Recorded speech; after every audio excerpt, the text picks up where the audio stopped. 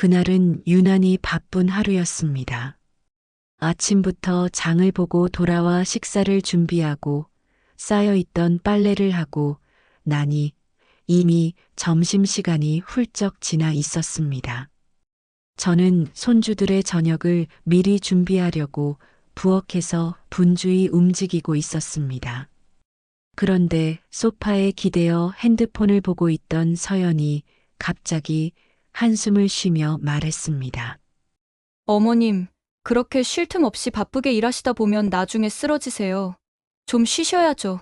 그 말을 듣는 순간 저도 모르게 웃음이 나왔습니다. 서연은 한 번도 부엌 일이나 집안일에 손을 댄 적이 없으면서 마치 걱정하는 척 말을 하는 것이 참으로 어이가 없었거든요. 제가 국자를 내려놓고 말했습니다. 서연아, 너는 내가 도와줄 생각은 안 하고 참말은 예쁘게 한다. 집안일을 내가 다 해야 한다는 건 어느 세상 법이냐? 서연은 핸드폰을 내려놓으며 말했습니다. 어머님, 제가 이 집에서 얼마나 바쁜지 아세요? 회사 다니랴, 아이들 챙기랴 정말 정신이 없는데 어머님이 계셔서 제가 좀 편한 것뿐이에요. 저는 원래 집안일에 소질이 없어서 그런 거예요. 제가 참았던 말을 꺼냈습니다. 그래. 내가 집안일에 소질이 없다는 건 내가 이미 알았다. 그런데 너희 애들이 나한테서 크고 있는데 최소한의 노력이라도 보여야 하지 않겠니? 내가 너를 위해 여기까지 와서 돕는 거지. 내 하인처럼 살러 온 게 아니야. 서연은 갑자기 목소리를 높이며 말했습니다. 어머님, 그럼 그냥 하지 마세요. 제가 부탁드린 적도 없잖아요. 어머님이 알아서 다 하신 거면서 왜 저한테 뭐라고 하세요? 그 말을 듣는 순간 제 속이 끓어올랐습니다. 제가 차갑게 웃으며 대답했습니다. 부탁을 안 했다고? 내가 설거지 안 하면 며칠 동안 쌓여있는 그 그릇들은 뭘까? 내가 청소 안 하면 먼지 쌓인 내 집은 어디서 나오는 걸까? 서연아, 내가 사람으로서 기본적으로 해야 할 도리를 못하면서 이런 말을 한다니 기가 막힐 노릇이다. 서연은 소파에서 벌떡 일어서며 말했습니다. 어머님, 저도 사람이에요. 저도 일하느라 힘들고 집에 오면 쉬고 싶은데 어머님이 그런 걸 이해해 주셔야죠. 요즘 누가 여자 혼자서 집안일 다 해요? 제가 다시 말을 받아쳤습니다. 그래, 그건 맞는 말이다. 그래서 내 남편도 집안일을 도왔고 나도 너희 도와주고 있지. 그런데 너는 뭐 했니? 쉬고 싶다.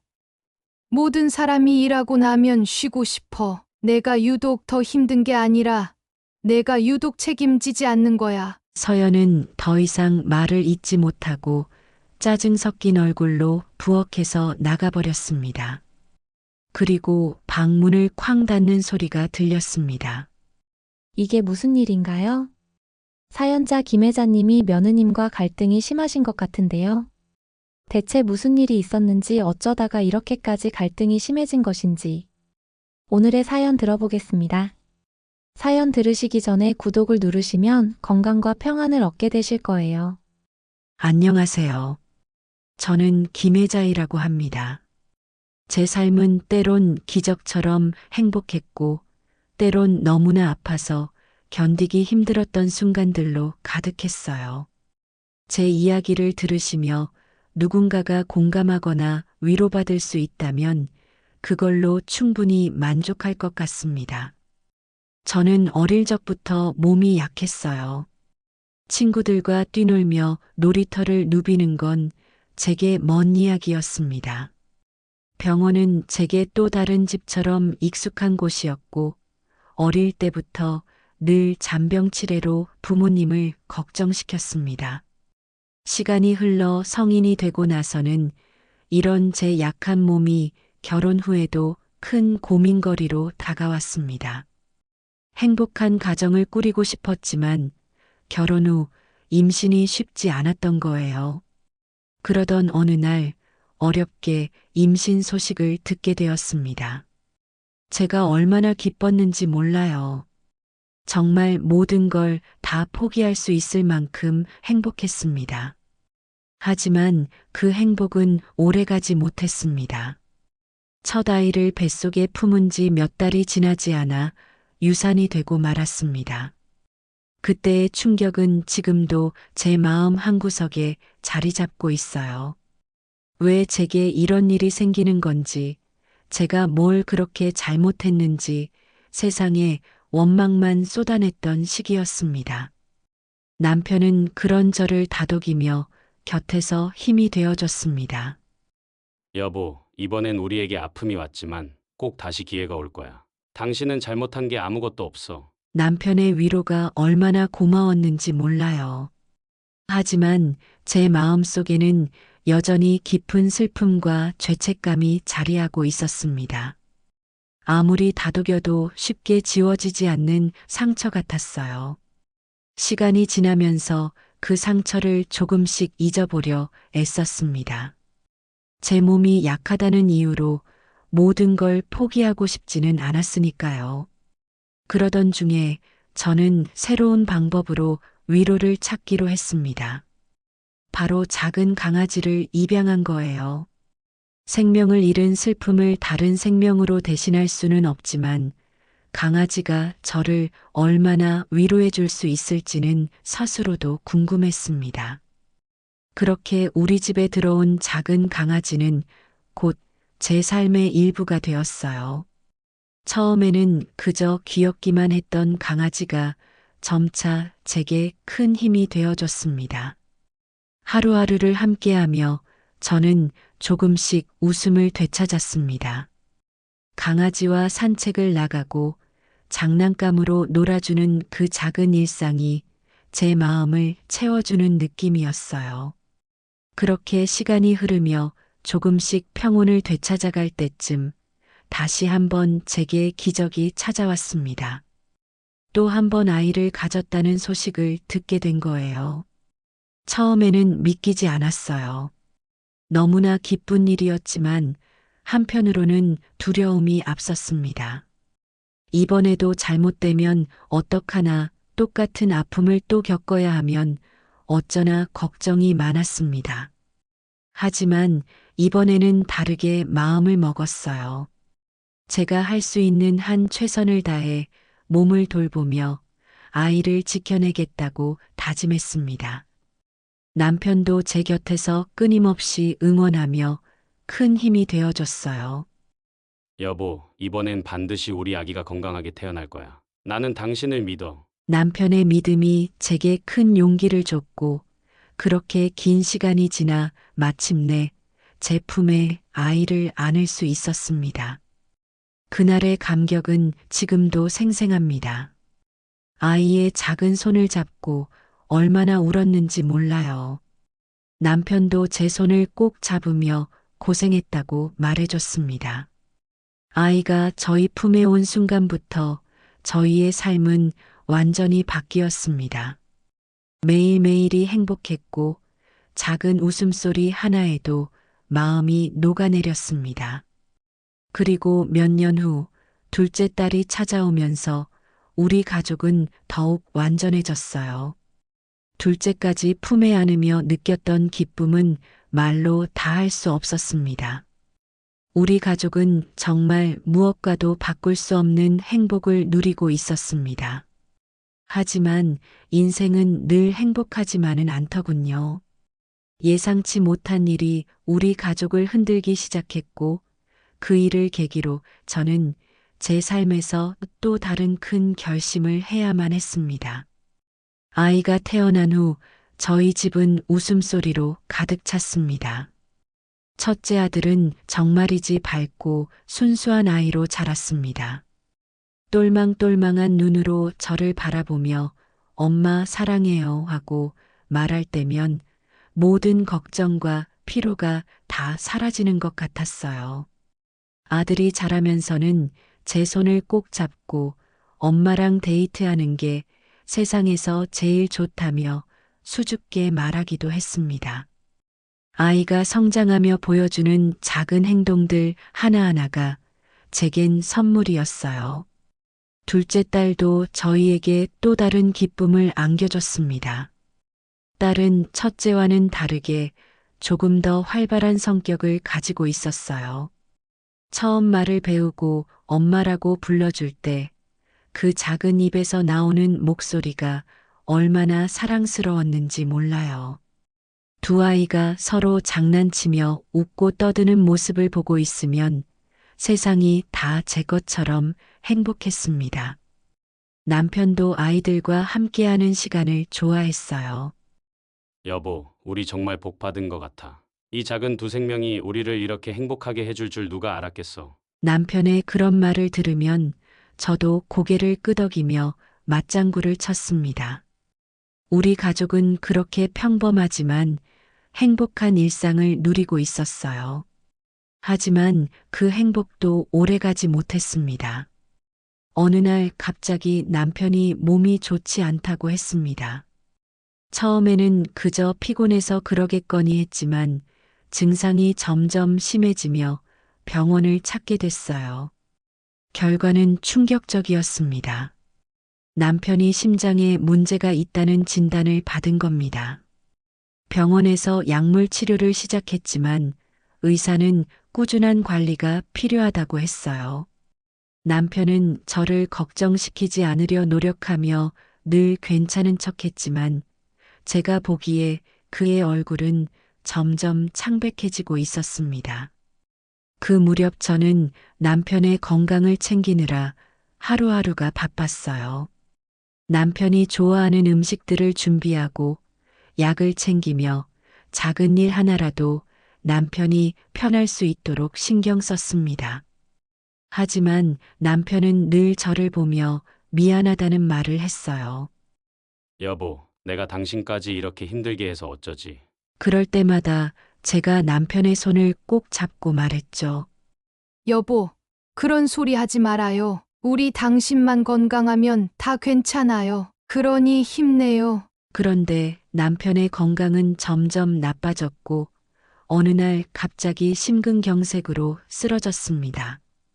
급히 병원으로 옮겼지만 결국 남편은 제 곁을 떠나고 말았습니다. 그날의 기억은 지금도 생생히 떠오릅니다. 남편의 차가운 손을 붙잡고 울부짖으며 당신, 나 혼자 두고 가면 어떡해요? 당신 약속했잖아. 오래오래 나랑 같이 살겠다고 했잖아요. 하고 소리쳤던 그 순간이 아직도 제 마음을 후벼 팝니다. 남편의 장례식에서 저는 정신을 차릴 수 없을 정도로 울었습니다. 장례 절차는 모든 걸 잃은 듯한 공허함 속에서 진행되었어요. 그런데 그 와중에도 첫째 아들은 묵묵히 제 곁을 지켰습니다. 엄마, 나는 우리 아빠 대신 엄마 옆에 있을 거예요. 그러니 울지 마세요. 아이의 그 말에 저는 또다시 눈물이 터져 나왔습니다. 아이는 어린 나이에도 아빠 대신 가족을 지키겠다는 책임감을 보이며 장례식을 끝까지 침착하게 마쳤습니다. 그날 이후로 첫째 아들은 정말 말 그대로 든든한 버팀목이 되어 주었습니다. 매일 아침이면 엄마 오늘은 괜찮으세요? 하고 물어봤고 주말이면 엄마랑 시간을 보내겠다며 꼭 집으로 왔습니다. 둘째 딸도 나름의 방식으로 저를 위로하며 곁에 있어줬지만 딸은 아직 어린 탓에 오빠처럼 모든 걸 이해하지는 못했어요. 그래도 아이들이 있어 저는 조금씩 다시 힘을 낼 수 있었습니다. 하지만 제 건강이 점점 악화되며 또 다른 고민이 시작됐습니다. 당뇨 합병증이라는 진단을 받았고 의사는 더 이상 방치하면 큰일 날 수 있다며 주의를 주었습니다. 아이들에게 걱정을 끼치고 싶지 않았지만 혼자 병원을 다니는 것도 쉽지 않았어요. 그래서 첫째 아들에게 의논하게 됐습니다. 아들은 제 말을 듣고 고민 끝에 말했어요. 엄마, 이제 저랑 같이 살아요. 제가 엄마 돌봐드릴게요. 엄마 혼자서 더 고생하게 두고 싶지 않아요. 아들의 그 말이 너무 고마웠지만 저는 쉽게 결정을 내릴 수 없었습니다. 아이 부부에게 부담이 될까 싶기도 했고, 혼자서라도 버텨야 한다는 생각이 머릿속을 떠나지 않았습니다. 그런데 몇 날 며칠 고민하던 중에 며느리 서연이 전화를 걸어왔습니다. 어머님, 남편이랑 이야기 다 나눴어요. 저희 집으로 오시면 부담 갖지 마세요. 제가 어머님 방도 다 꾸며놓고 기다리고 있을게요. 연애 말은 생각지도 못한 배려였습니다. 제가 눈치를 주지 않아도 알아서 먼저 다 얘기를 끝내줬다는 게 고마웠어요. 그렇게 아들 부부의 집으로 들어가기로 결정했습니다. 제 집은 처분하고 그 돈으로 아이들 집을 조금 더 넓혀주며 생활하기로 했습니다. 저는 아이들이 더 편하게 지낼 수 있도록 아낌없이 지원하고 싶었어요. 대신 저희는 한 가지 약속을 했습니다. 앞으로 서로에게 최선을 다하자는 의미로 효도 계약서를 쓰기로 한 거죠. 그 계약서 덕분에 제게는 큰 안정감이 생겼습니다. 하지만 그 행복도 오래가지 못했습니다. 제가 아들 부부와 함께 살며 조금씩 익숙해질 때쯤 서연과의 작은 갈등들이 하나둘 불거지기 시작했습니다. 처음에는 단순한 오해로 시작된 일이었지만 점점 더 상황이 복잡해지고 있었습니다. 서연은 처음에는 저를 정말 잘 챙겨주는 며느리였습니다. 제 방을 정리해주고 함께 밥을 차리며 대화도 자주 나누었어요. 저도 처음에는 이 정도면 우리가 정말 잘 지낼 수 있겠다고 생각했습니다. 하지만 시간이 지나면서 서연의 태도가 조금씩 변하기 시작했어요. 일이 바쁘다는 이유로 집안일을 점점 소홀히 하기 시작했는데 그게 제가 봐도 너무 지나칠 정도였던 거죠. 어느 날은 설거지가 며칠째 쌓여 있었어요. 제가 참다 못해 서연에게 살짝 이야기를 했습니다. 아가, 내가 바쁜 건 알겠지만 설거지라도 좀 도와줬으면 좋겠다. 밥은 내가 주로 차리고 있으니 이 정도는 서로 나눠야 하지 않겠니? 서연은 웃으며 알겠다고 했습니다. 그런데 그게 끝이었어요. 말은 그렇게 해놓고 설거지며 청소며 손도 대지 않았습니다. 집안일은 점점 제 몫이 되어가고 있었습니다. 하루 이틀은 그럴 수 있다고 생각했어요. 하지만 일이 반복되자 저도 화가 나더군요. 저는 분명히 서연에게 다시 한번 직접적으로 이야기했습니다. 아가, 집안일을 이렇게 다 나 몰라라 하면 안 되지. 너희 둘 다 맞벌이니까 내가 도와주는 건 이해하지만 나도 혼자서 다 하기엔 힘들어. 너도 조금씩 책임을 져야 하는 거 아니겠니? 서연은 그 말을 듣고도 별다른 반응을 보이지 않았습니다. 그러더니 오히려 짜증스러운 얼굴로 이렇게 말했습니다. 어머님, 저는요, 그냥 제 남편이 알아서 다 하면 된다고 생각해요. 저보다 집안일 잘하는 사람한테 맡기는 게 뭐가 잘못이에요? 저도 일하느라 너무 피곤한데 집에 와서 쉬고 싶을 뿐이에요. 그 말을 듣는데 순간적으로 화가 치밀었습니다. 저는 비꼬듯이 말했습니다. 참 멋지다. 내 남편이 무슨 가정부니? 그렇게 생각하면 너도 돈 벌어오는 남편에게 따뜻한 밥 한 끼라도 차려야 하는 거 아니겠니? 손 하나 까딱 안 하면서 대단하다. 아주. 서연은 제 말에 얼굴이 붉어졌지만 뻔뻔하게 웃으며 말을 던졌습니다. 어머님, 저희 집은요, 그런 걸로 싸우지 않아요. 제가 하고 싶은 대로 하면 남편이 다 맞춰주는 게 우리 방식이에요. 그러니까 어머님도 너무 스트레스 받지 마세요. 저는 그 말을 듣고 더 이상 아무 말도 하고 싶지 않았습니다. 정말이지, 이런 대화로는 해결될 일이 아닌 것 같았어요. 그날 이후로 저는 서연과 직접적인 대화를 피하게 됐습니다. 아들이 제가 왜 서운해하는지 물어볼 때마다 저는 괜찮다고만 말했어요. 굳이 아들을 곤란하게 만들고 싶지 않았으니까요. 하지만 이런 상황은 점점 더 심각해져 갔습니다.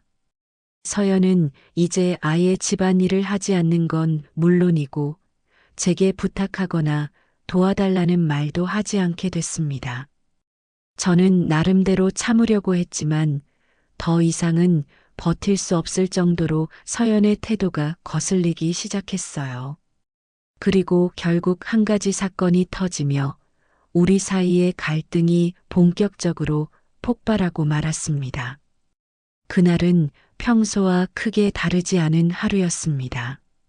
저는 아침부터 부엌에 들어가 가족들이 먹을 아침을 준비하고 있었습니다. 밥을 차리고 국을 끓이고 간단히 반찬도 만들고 있었죠. 아침 식탁을 준비하는 게 힘들다고 느낄 때도 있었지만 가족들을 위해 해주는 일이니 그 정도쯤은 괜찮다고 생각하며 스스로를 다독였어요. 아들이 일어나 부엌으로 나왔습니다. 저를 보며 엄마 뭐 도와드릴 거 있어요? 라고 물었어요. 늘 어른스럽게 저를 돕고 배려하려는 모습이 대견했죠. 저는 고개를 저으며 말했어요. 아니야. 너는 준비 다 됐으니 얼른 출근 준비나 해. 밥은 다 돼가니까. 아들은 알겠다고 말하고 방으로 들어갔습니다. 그때 서연이 방에서 나왔습니다. 제가 서연을 보며 자연스럽게 말했어요. 아가, 오늘 아침엔 된장찌개 끓였어. 내가 좋아하는 감자도 넣었으니 맛있게 먹고 힘내서 일하자. 그런데 서연은 대꾸도 없이 소파로 가더니 무심하게 앉아 핸드폰만 만지작거리고 있었습니다. 평소에도 아침 준비를 돕는 일은 없었지만 이렇게 대꾸도 없이 앉아 있는 건 처음이라 순간 기분이 좋지 않았습니다. 그래도 제가 참으려고 했습니다. 아침 준비를 마치고 식탁을 정리하며 다 같이 식사를 하자고 불렀습니다. 아들은 바로 나와서 앉았고 서연은 천천히 자리로 왔어요. 식사를 하면서 서연이 불쑥 말을 꺼냈습니다. 어머님, 저녁에는 제가 좀 늦을 것 같아요. 회사 끝나고 친구들 만나기로 해서요. 뭐, 늦게 들어오더라도 신경 쓰지 마세요. 그 말을 듣고 저는 잠시 멈칫했지만 애써 웃으며 말했어요. 그래. 젊을 때는 친구도 만나고 그래야지. 그런데 너희 둘이 맞벌이라 집안일은 어쩌다 보니 내가 다 하게 됐는데 나도 좀 도와주면 좋겠구나. 내가 너희 집에서 눈치 보며 산다는 느낌은 안 주면 좋겠다. 서연은 고개를 갸웃거리더니 태연하게 말했어요. 어머님, 솔직히 말씀드리면 저는 지금 이대로도 괜찮은데요? 어머님이 다 알아서 해주시니까요. 그리고 집안일은요, 누가 더 잘하는 사람이 하면 되는 거예요. 저는 정리나 청소를 잘 못해서요. 남편이 저보다 훨씬 잘하니까 맡기는 거고, 어머님이 또 워낙 깔끔하시잖아요. 그러니까 너무 무리하지 마세요. 그 말을 듣고 저는 더 이상 참을 수가 없었습니다. 젊은 며느리가 집안일은커녕 기본적인 도리조차 하지 않고 뻔뻔하게 나오는 모습이 정말 속상하고 화가 났습니다. 제가 서연을 똑바로 바라보며 말했어요. 아가, 내가 일 때문에 힘들고 피곤하다는 건 이해하려고 했어. 그런데 힘들다고 해서 가족들 모두에게 의지하는 건 아니지 않니? 내 남편이나 내가 너의 가정부니? 서연은 순간적으로 어이없다는 표정을 지으며 말했어요. 어머님, 제가 어머님한테 뭘 잘못했어요? 그냥 어머님이 먼저 하시는 거잖아요. 제가 부탁드린 것도 아니고요. 제가 웃으며 말했어요. 참 기가 막히네. 내가 부탁하지 않으면 내 몫으로 당연히 여겨야 한다는 거야? 부탁을 해야만 예의라는 걸 아는 거니?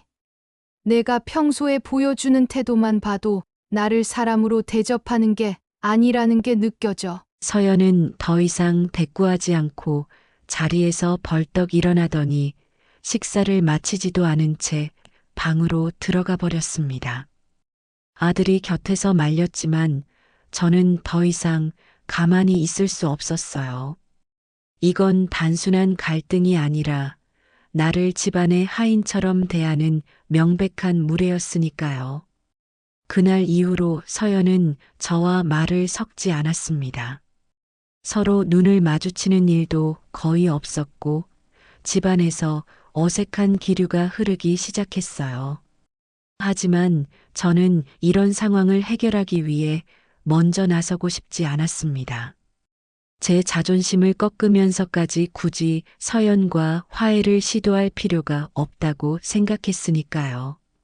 그리고 결국 서연이 저를 더 이상 참지 못했는지 직접적으로 큰 소리를 치며 터트리는 일이 벌어지고 말았습니다.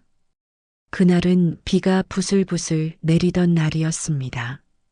저는 아침부터 비 오는 날씨에 어울릴 만한 따뜻한 국을 끓이고 있었습니다. 아무리 서연과 불편한 사이더라도 가족들에게 먹을 밥은 차려줘야 한다고 생각했거든요. 늘 그렇듯 제가 부엌에서 분주히 움직이는 동안 서연은 방에서 나올 기미가 보이지 않았습니다. 아침 식탁을 준비하며 아들에게도 한마디 했습니다. 비도 오는데 오늘은 집에서 조금 쉬고 가는 건 어때? 회사에 그렇게 큰일 있는 것도 아니라면 몸도 좀 아껴야지. 아들은 괜찮다고 말하며 잠깐 제 손을 잡더니 엄마, 서연이랑 너무 싸우지 말고 잘 지내요. 제가 눈치를 보자 아들은 또 그 특유의 미안한 표정을 지으며 방으로 들어갔습니다. 그런데 갑자기 서연이 방문을 쾅 열고 나왔습니다. 처음에는 무슨 일인가 싶어 고개를 돌렸는데 서연이 제게 뚜벅뚜벅 다가오더니 목소리를 높이며 말했습니다. 어머님, 솔직히 이제 제가 한마디 해야겠어요. 제가 뭐 그렇게 잘못했나요? 저도 열심히 일하고 돈 벌어오고 있는데 왜 집안일로 이렇게까지 잔소리를 들어야 하죠? 순간 저는 뜨겁게 끓던 국이 아니라 제 속이 끓는 느낌이 들었습니다. 제가 국자를 내려놓으며 천천히 말했어요. 잔소리? 그 말을 참 예쁘게 표현했구나. 내가 집안일 한 번이라도 제대로 도우려고 한 적 있니? 어차피 내가 다 알아서 해줄 거라고 믿고 태평하게 지내는 내 태도가 너무 당연해졌지? 내 남편도 일을 하고 나도 나름대로 돕고 있는데 내가 이렇게 뻔뻔하게 나오는 건 정말 아닌 것 같다. 서연은 얼굴을 붉히며 한 발짝 앞으로 다가왔습니다. 어머님, 어머님이 하시는 일은 제가 부탁한 게 아니잖아요. 제가 그걸 왜 책임져야 하죠? 그리고 이 집은 제 집이에요. 어머님이 우리 집에 들어와 계신 거잖아요. 제 집에서 제가 어떻게 하든 간섭하지 마세요. 그 말을 듣고 저는 정말 어이가 없었습니다. 제가 집에서 머물게 된 건 서연과 아들의 권유였고 집을 넓히는데 제 재산이 보탬이 되었다는 사실을 누구보다 잘 알 텐데 말이죠. 저는 차분하게 웃으며 말했어요. 내 집, 내 돈이 없었으면 내가 이 집에 들어올 수 있었겠니?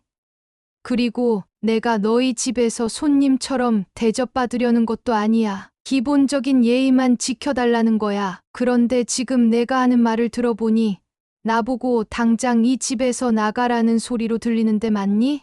서연은 입술을 깨물며 잠시 망설이더니 끝내 소리를 질렀습니다. 네, 맞아요.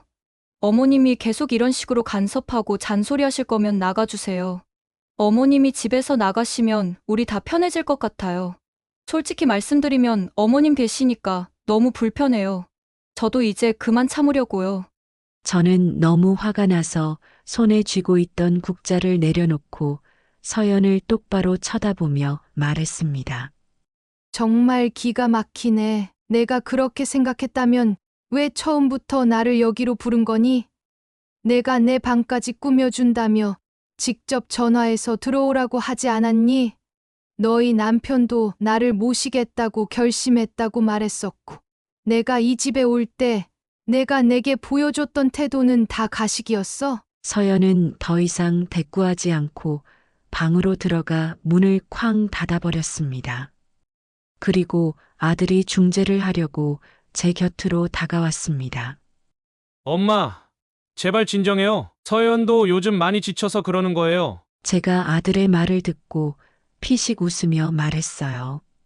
내가 지친다는 게 무슨 뜻인지 정말 모르는 것 같아. 너희 둘이 그렇게 잘났다면 앞으로 내 도움 없이도 잘해봐라. 그날 이후로 저는 서연과 대화조차 하지 않게 됐습니다. 집안의 분위기는 점점 싸늘해졌고 아들도 중간에서 난처해하는 모습이 눈에 보였습니다. 하지만 저 역시 더는 참을 생각이 없었어요. 이 상태로는 도저히 같이 살 수 없겠다는 생각이 들었습니다. 똑같은 얼음장 같은 분위기의 나날이 계속되었습니다. 그런데 어느 날 아들의 교통사고 소식은 한낮에 청천벽력처럼 찾아왔습니다. 전화 한 통이 울리더니 병원에서 걸려온 소리 없는 경보 같았습니다. 저는 그 자리에서 핸드폰을 떨어뜨릴 뻔하며 떨리는 목소리로 물었습니다. 뭐라고요? 우리 지호가요? 무슨 일이래요? 상대방은 침착한 목소리로 사고 상황을 전했습니다. 심장이 쿵 내려앉는 것 같았습니다. 급히 병원으로 향하면서 내내 손이 떨렸습니다. 제발, 제발 아무 일 없게 해달라는 기도를 수도 없이 중얼거리며 도착했는데 병원 침대 위에 누워있는 아들의 모습은 믿기지 않는 현실이었습니다. 의사는 제게 차분한 말투로 말했습니다. 사고 충격이 컸습니다. 의식이 돌아올 가능성은 희박합니다. 가족분들께서 마음의 준비를 하셔야 할 것 같습니다. 그 말을 듣는 순간 다리가 풀려 그대로 주저앉고 말았습니다. 옆에서 서연이 울부짖으며 아들의 손을 붙잡고 있었고 저도 아들 곁으로 다가가 그의 차가운 손을 움켜쥐었습니다. 지호야, 제발 정신 차려라. 엄마가 이렇게 너를 기다리고 있잖니. 제발. 하지만 아들은 그날 끝내 깨어나지 못했습니다. 차가운 병실은 시간이 멈춘 것처럼 정적이 감돌았습니다. 가족을 잃는다는 것이 이런 느낌인지 처음 알았습니다. 뭉클한 가슴 속에서 무엇인가가 무너져 내리는 기분이었습니다. 장례식이 진행되는 동안 서연과 저는 서로 말은 많이 하지 않았지만 울며 손을 맞잡고 있었습니다. 우리는 둘 다 아들을 떠나보낸 슬픔 속에서 잠시 서로의 마음을 이해할 수 있었습니다.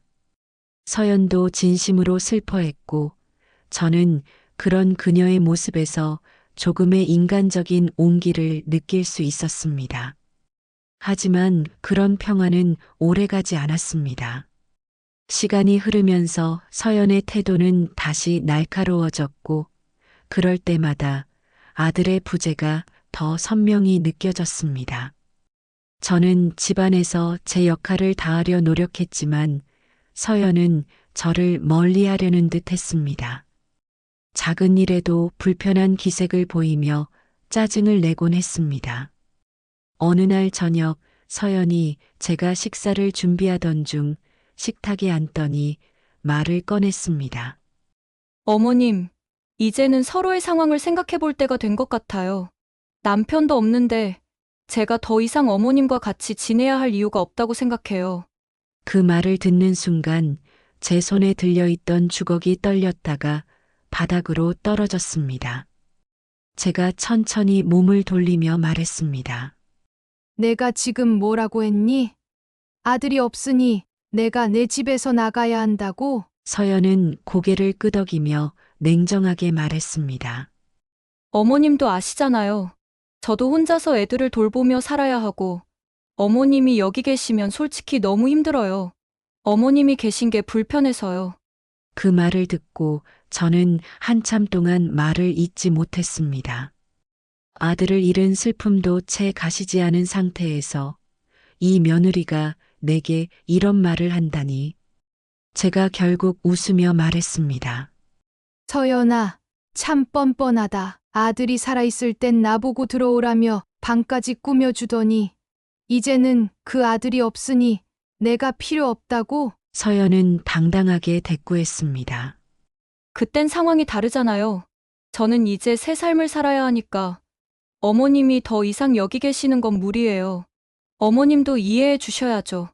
제가 차갑게 웃으며 대답했습니다. 그래.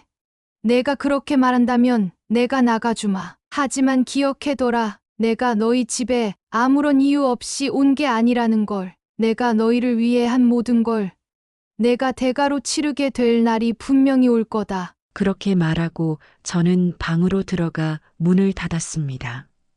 손이 떨려 짐을 싸면서도 머릿속에서는 계속 분노와 슬픔이 교차했습니다. 짐을 다 싸고 나니 책상 서랍에 놓여있던 효도 계약서가 눈에 들어왔습니다. 저는 그것을 꺼내 손에 꼭 쥐며 말했습니다. 이 계약서가 있기에 내가 내 말을 그대로 받아들이지는 않을 거다. 다음 날 저는 집을 떠났습니다. 하지만 서연과의 갈등은 이것으로 끝이 나지 않을 거라는 걸 알았습니다. 이제는 계약서를 근거로 제 권리를 반드시 되찾겠다고 마음먹었기 때문입니다. 그렇게 저는 집을 떠나 딸의 집으로 향했습니다. 짐을 옮기며 고작 가방 하나에 제 삶이 전부 담기는 걸 보니 허탈한 마음이 들었습니다. 하지만 멈출 순 없었어요. 제게 남은 건 효도 계약서와 제 의지뿐이었으니까요. 딸은 저를 보자마자 눈물을 글썽이며 제 짐을 받아들었습니다. 엄마, 무슨 일이 있었던 거예요? 엄마 얼굴이 왜 이렇게 상했어요? 제가 가방을 내려놓으며 차분히 말했어요. 별일 아니다. 내 새언니가 나보고 나가달라고 하더라. 더는 같이 살기 힘들다나 뭐라나. 딸은 손을 꼭 쥐며 화난 표정을 지었어요. 엄마를 이렇게 몰아냈다고요? 엄마가 거기서 얼마나 참고 도와줬는데 어떻게 그럴 수가 있어요? 저는 억지로 웃으며 딸을 달랬습니다. 괜찮다. 내가 며칠만 내 집에 있다가 따로 지낼 곳을 구할 거야. 그리고 이번엔 가만히 있지 않을 생각이다. 이 계약서가 있는 한 내가 아무 말 없이 물러서진 않을 거다. 딸은 제 손에 들린 효도 계약서를 보더니 말했습니다. 당연히 그러셔야죠. 제가 도울 수 있는 건 뭐든 도와드릴게요. 변호사도 같이 알아보고 절대 혼자 하시게 두지 않을 거예요. 그 말을 듣는데 갑자기 눈물이 차올랐습니다. 아들을 잃은 슬픔에 더해 며느리의 모욕까지 겪으며 마음이 무너졌지만 딸의 말이 다시 저를 붙잡아주는 것 같았어요. 제가 눈물을 닦으며 말했어요. 고맙다. 우리 딸, 엄마가 너만 없었으면 정말 어디로 가야 할지 몰랐을 거야. 그렇게 며칠 동안 딸의 집에 머물며 저는 소송 준비를 시작했습니다. 변호사를 찾아가 계약서를 보여주며 상황을 설명했어요. 변호사는 계약서를 꼼꼼히 읽더니 고개를 끄덕이며 말했습니다. 이 계약서는 공증도 받았고 효력이 충분합니다. 소송을 제기하면 승소할 가능성이 높습니다. 그 말을 들으니 희망이 생겼습니다. 저는 변호사와 함께 준비를 차근차근 시작하며 증거 자료를 정리했습니다. 제가 집에 지원했던 돈과 계약서, 작성 당시 상황을 상세히 정리했죠. 그리고 서연과의 대화 중 있었던 중요한 내용도 메모로 남겼습니다. 드디어 서연에게 소장이 전달되었고 며칠 뒤 그녀에게 전화가 왔습니다. 목소리만 들어도 당황한 기색이 역력했습니다. 어머님 소송이라뇨? 이게 무슨 일이에요? 제가 그렇게까지 잘못했나요? 제가 차갑게 대답했습니다. 내가 잘못한 걸 모른다는 게 더 큰 문제야. 내가 나를 어떻게 대했는지, 내가 너희를 위해 어떤 희생을 했는지 생각해봐라. 서연은 한숨을 쉬며 말했습니다. 어머님, 제발 손주들 생각 좀 해주세요. 그 돈 다 빼가시면 앞으로 애들 대학교는 어떻게 보내요? 너무하시네요. 그 말을 듣고 저는 비웃음이 나왔습니다. 손주들, 내가 손주들 생각을 조금이라도 했다면 나를 그렇게 쫓아낼 때 생각했어야지. 내 돈으로 더 큰 집 마련하고 나를 필요 없다는 듯 내몰았을 땐 내가 편하려고 했겠지만 이제는 내가 책임질 차례야. 서연은 더 이상 대꾸하지 못하고 전화를 끊었습니다.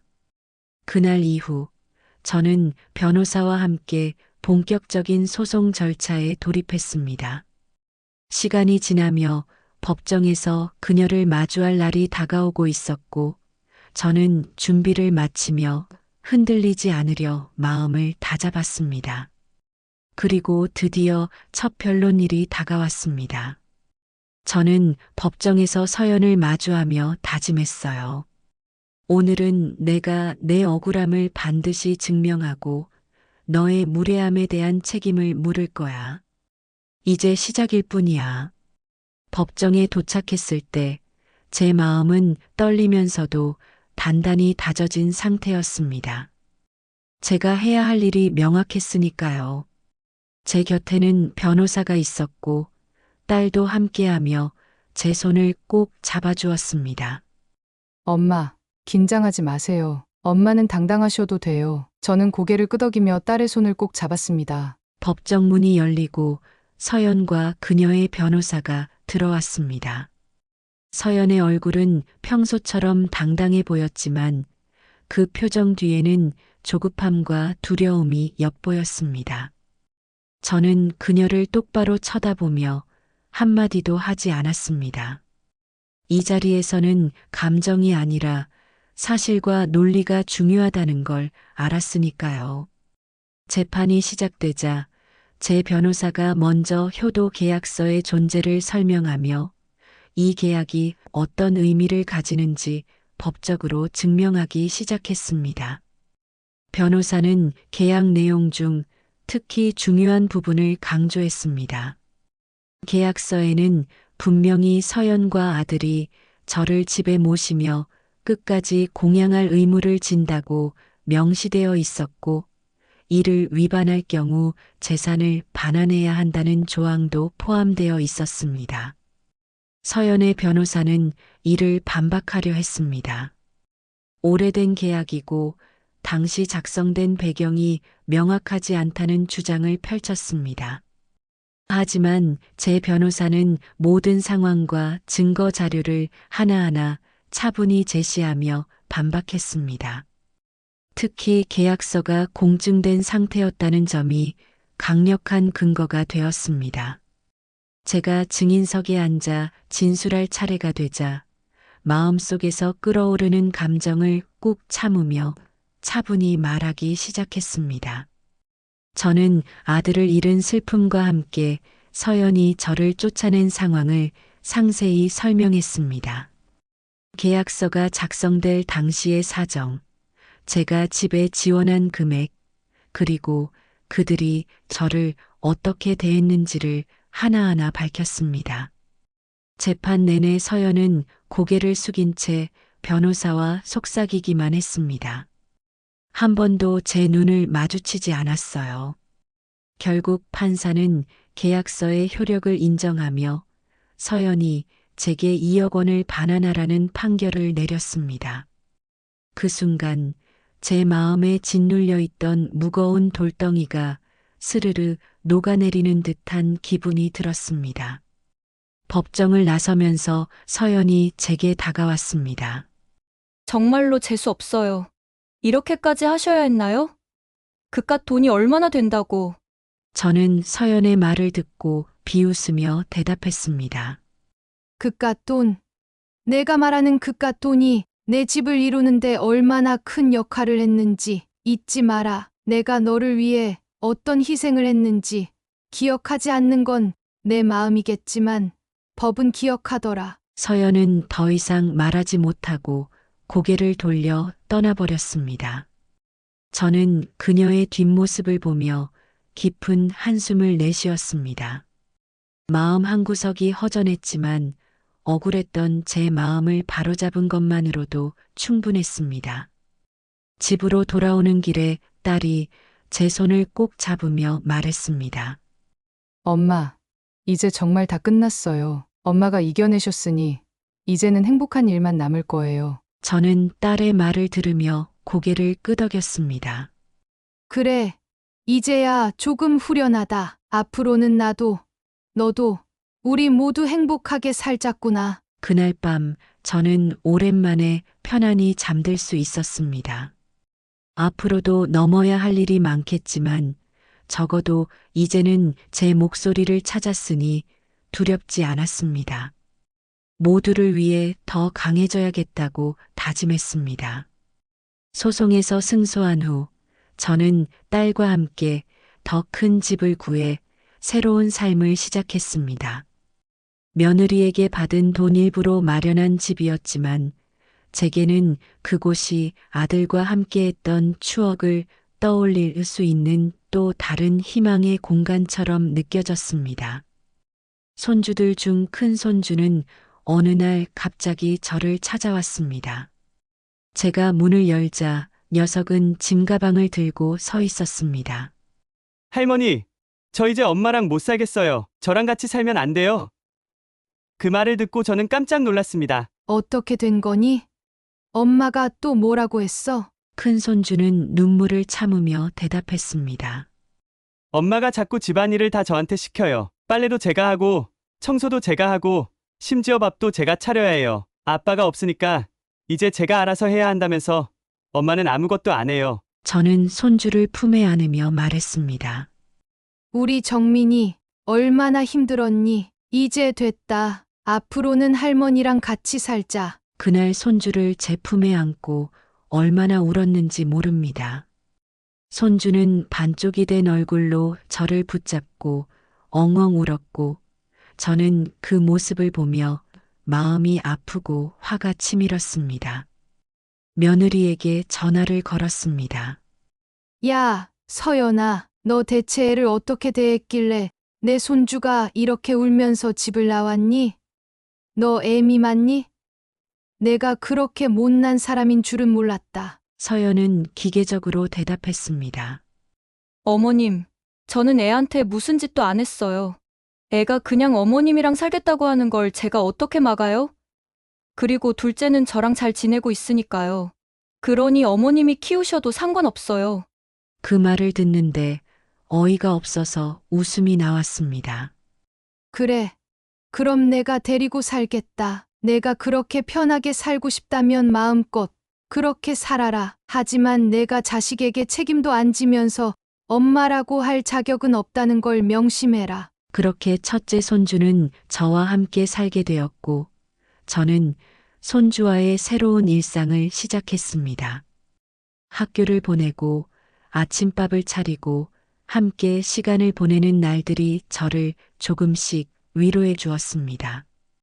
그런데 시간이 지나고 둘째 손주도 제게 찾아왔습니다. 이번에는 문을 열자마자 울면서 제게 달려왔습니다. 할머니, 저도 엄마랑 못 살겠어요. 맨날 저한테 화만 내고 소리 지르고 저한테 물건 던지려고 해요. 둘째 손주를 안으며 저는 마음이 무너졌습니다. 할머니가 안아줄게. 이제는 절대 그런 곳으로 돌려보내지 않을 거다. 그날 밤 저는 손주 둘을 데리고 작은 방에 함께 누웠습니다. 아이들은 잠이 들었지만 저는 한참 동안 깨어 있었습니다. 이런 일이 벌어지게 한 며느리가 원망스러웠고 아들이 그리웠습니다. 하지만 동시에 제 안에는 또 다른 다짐이 자리 잡았습니다. 이제는 이 두 아이를 지키는 게 제 인생의 전부라는 확신이 들었습니다. 손주들과 함께 더 나은 삶을 만들어야겠다고 결심하며 저는 마음속으로 중얼거렸습니다. 아들아, 걱정하지 마라. 내가 이 아이들, 내가 남긴 가장 소중한 보물들을 지켜줄게. 손주 둘이 함께 지내기 시작한 후 집안은 조금씩 활기를 되찾았습니다. 처음엔 서로 불안해하던 두 아이도 시간이 지나며 웃음을 되찾았고 집안에는 아이들의 웃음소리가 다시 울려 퍼졌습니다. 제가 매일 아침 손수 차려주는 밥을 먹으며 두 아이는 학교로 향했습니다. 어느 날 큰 손주 정민이가 학교에서 돌아와 조심스럽게 말을 꺼냈습니다. 할머니, 엄마랑 통화했어요. 저는 순간 놀랐습니다. 며느리가 손주에게 연락을 했다는 사실이 당황스러웠죠. 뭐라고 하던? 정민이는 약간 망설이다가 대답했습니다.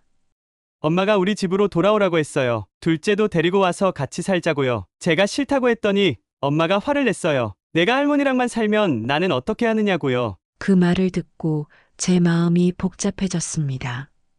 며느리가 아이들을 다시 데려가려고 한다는 소식이 불안하면서도 지금까지 아이들을 방치했던 그녀가 과연 책임질 준비가 되었을지 의문이 들었습니다.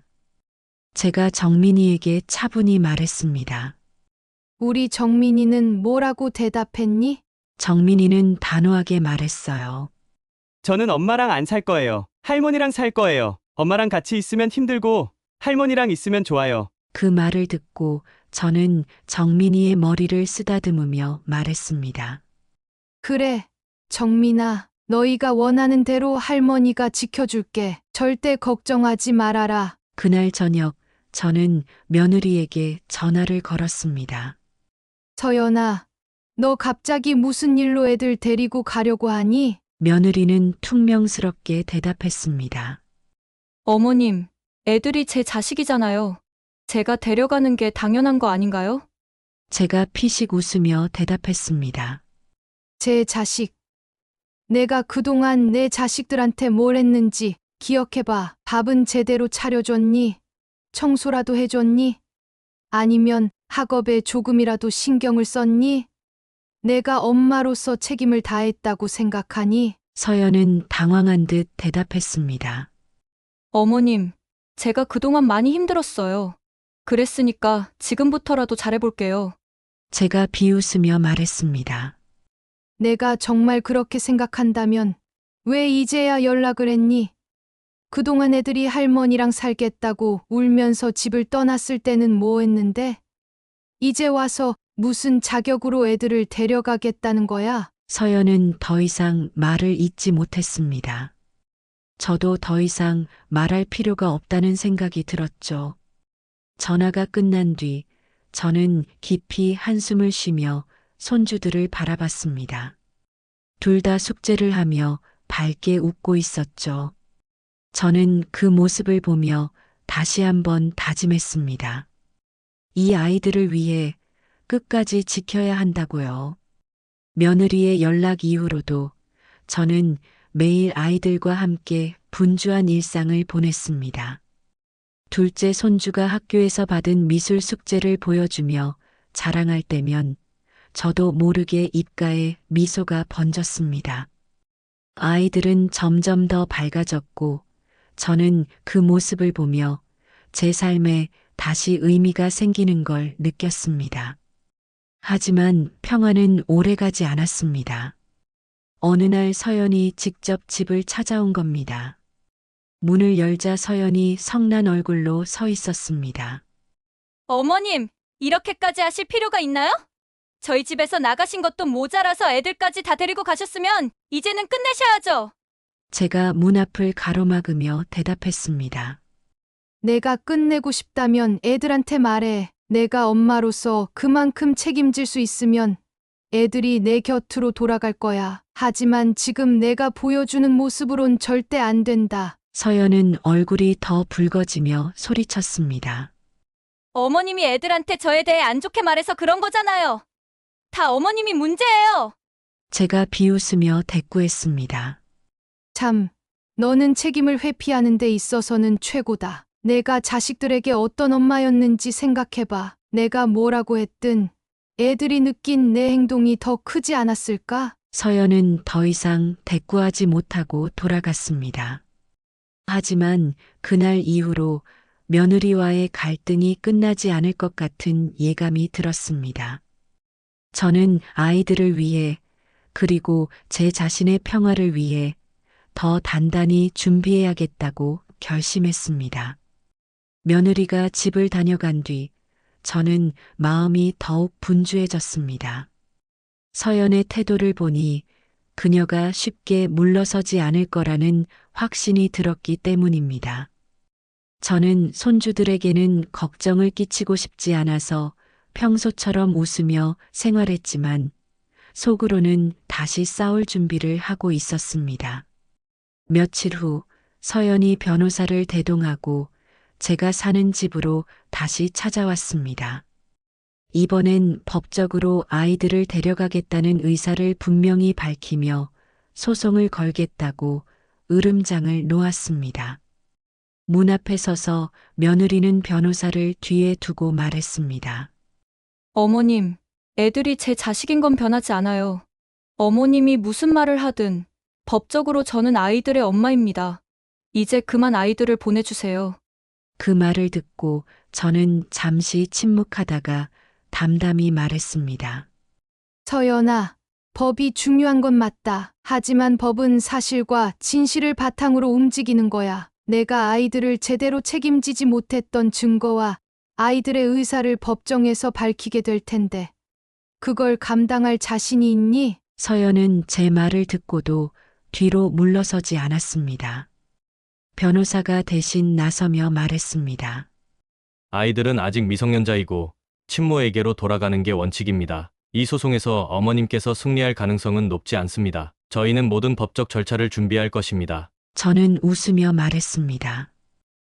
좋다. 준비해봐라. 하지만 이 아이들이 누구와 함께 살고 싶어 하는지, 그리고 내가 그동안 어떤 엄마였는지를 모두 밝히겠다고 다짐해라. 내가 더 이상 너 같은 사람에게 이 아이들을 맡기지 않을 거다. 서연은 분노에 차서 돌아갔고 저는 딸과 상의해 즉시 변호사를 찾아갔습니다. 저는 그동안 있었던 모든 일과 아이들이 겪은 고통을 상세히 설명하며 법정에서 이길 수 있는 증거를 하나하나 준비했습니다. 특히 아이들이 스스로 엄마와의 생활이 힘들었고 저와 함께 살고 싶다는 의사를 밝힌 점이 큰 힘이 됐습니다. 손주들에게도 조심스럽게 상황을 설명하며 물었습니다. 정민아, 너희 둘 다 할머니랑 사는 게 정말 좋니? 혹시 엄마랑 다시 살고 싶다면 솔직히 말해도 돼. 큰 손주는 제 손을 꼭 잡으며 단호하게 말했습니다. 저는 절대 엄마랑 안 살 거예요. 엄마는 우리한테 신경도 안 쓰고 화만 내요. 저는 할머니랑 살면서 정말 행복해요. 둘째 손주도 고개를 끄덕이며 말했습니다. 저도 할머니랑 살고 싶어요. 엄마랑 있으면 너무 무서워요. 아이들의 말을 듣고 저는 눈물이 나올 뻔했지만 꾹 참고 아이들을 안으며 말했습니다. 그래, 우리 손주들 할머니가 지켜줄게. 절대 걱정하지 말아라. 그렇게 소송 준비가 본격적으로 진행되었고 서연과 다시 법정에서 만나게 되었습니다. 이번 싸움은 더 치열할 것을 알았지만 저는 물러서지 않겠다는 결심으로 그 자리에 섰습니다. 법정에서 모든 진실을 밝히고 아이들을 지켜내기 위해 제 모든 힘을 쏟아부을 준비가 되어 있었습니다. 법정에서 다시 서연을 마주했을 때 제 마음속에는 복잡한 감정이 소용돌이쳤습니다. 화가 나고 억울하기도 했지만 한편으로는 서연이 이렇게까지 나오는 이유가 무엇일지 생각하게 되었습니다. 그녀도 나름의 이유와 아픔이 있겠지만 그 이유가 아이들의 행복을 위협하는 것이라면 절대로 용납할 수 없었습니다. 법정이 열리고 저와 서연은 각각의 변호사와 함께 자리에 앉았습니다. 제 변호사는 상황을 조리 있게 정리하며 서연이 그동안 아이들에게 소홀히 했던 사실과 아이들이 스스로 엄마와의 생활을 거부했다는 점을 간주했습니다. 변호사는 차분히 말했습니다. 존경하는 재판장님, 아이들은 이미 피고인과의 생활에서 극심한 정서적 고통을 겪었습니다. 지금 원고와 함께 살며 안정을 되찾았고 두 아이 모두 원고와 함께 살고 싶다는 의사를 명확히 밝혔습니다. 반면 서연의 변호사는 친모로서의 권리를 내세우며 반박했습니다. 의무를 다하지 않은 적이 없습니다. 경제적 어려움이 있었던 시기였을 뿐이고, 저는 그 문제를 극복하려 노력했습니다. 재판장님, 피고는 아이들의 친모로서 다시 아이들과 함께할 권리를 가지고 있습니다. 재판장은 고개를 끄덕이며 말을 이어갔습니다. 그러면 양측 모두에게 아이들의 진술이 결정적일 수 있음을 상기합니다. 이 자리에서 아이들의 의견을 청취하겠습니다. 그 말을 듣는 순간 제 손이 떨렸습니다. 아이들이 법정에 서야 한다는 사실이 안쓰러웠지만 아이들의 목소리가 가장 중요하다는 것을 알았기에 한편으로는 다행이라는 생각도 들었습니다. 큰 손주 정민이가 먼저 법정에 들어섰습니다. 단정히 옷을 입고 재판장 앞에 서는 모습이 대견하기도 했고 안쓰럽기도 했습니다. 정민이는 차분한 목소리로 진술을 시작했습니다. 저는 엄마와 살면서 항상 불안하고 힘들었어요. 엄마는 저와 동생에게 화를 많이 내고 집안일을 모두 우리에게 시켰습니다. 하지만 할머니와 살면서는 정말 행복합니다. 할머니는 저희를 돌봐주시고 저희 이야기를 들어주세요. 저는 할머니와 계속 살고 싶습니다. 정민이의 말을 들으면서 제 눈가가 뜨거워졌습니다. 그동안 아이가 겪었을 고통이 생생히 느껴졌습니다. 이어서 둘째 손주도 비슷한 진술을 하며 엄마와의 생활에서 느꼈던 두려움과 불안을 이야기했습니다. 아이들의 진술이 끝난 뒤 법정은 잠시 정적에 휩싸였습니다. 서연은 고개를 숙인 채 아무 말도 하지 않았고 그녀의 변호사도 더는 강한 반박을 하지 못했습니다. 결국 재판장은 판결문을 읽기 시작했습니다. 이 사건에 대해 본법정은 아이들의 안전과 복지가 최우선임을 고려하여 두 아이는 원고인 조부모와 함께 지내는 것이 바람직하다고 판단합니다. 또한 피고는 양육비를 일부 부담해야 하며 조부모의 양육권을 인정합니다. 판결이 내려지는 순간 제 손을 꼭 쥐고 있던 딸이 말했습니다. 엄마 이겼어요. 우리 정말 해냈어요. 하지만 제 마음은 완전히 후련하지만은 않았습니다. 서연이 판결이 내려지자 고개를 들고 저를 쏘아보며 씁쓸하게 웃더니 이렇게 말했습니다. 정말 잘하셨어요, 어머님. 이겼으니까 이제 애들까지 전부 어머님께 맡기겠습니다. 제가 없어도 알아서 잘 키우시겠죠. 저는 그 말을 듣고 조용히 대답했습니다. 그래, 서연아, 나는 내가 지켜야 할 것들을 끝까지 지킬 거다. 너는 이제 스스로 내 삶을 책임져야 한다는 걸 깨닫고 내가 저지른 일들을 돌아봐라. 서연은 아무 말 없이 법정을 나갔고 저는 손주들과 딸과 함께 집으로 돌아갔습니다. 아이들은 여전히 어린아이였지만 제게는 세상의 전부였습니다. 이제 이 아이들을 위해 그리고 저 스스로를 위해 더 나은 삶을 만들어 가야겠다고 다짐했습니다. 앞으로의 길이 결코 쉽지 않을 것을 알지만 저는 이미 많은 것을 견뎌왔기에 무엇이든 해낼 수 있을 것 같았습니다. 그날 밤 아이들이 옹기종기 제 곁에 누워 잠든 모습을 보며 저는 속으로 중얼거렸습니다. 아들아, 내가 이 아이들을 꼭 잘 키워낼게. 너도 그곳에서 우리를 지켜봐 줘. 오늘의 사연 들으시고 어떤 생각이 드셨나요? 사연자분께 해주고 싶으신 말씀 있으시면 댓글 부탁드리고 구독을 누르시면 여러분께 내일 좋은 소식이 찾아올 거예요. 그럼 다음 사연에서 만나 뵙겠습니다. 감사합니다.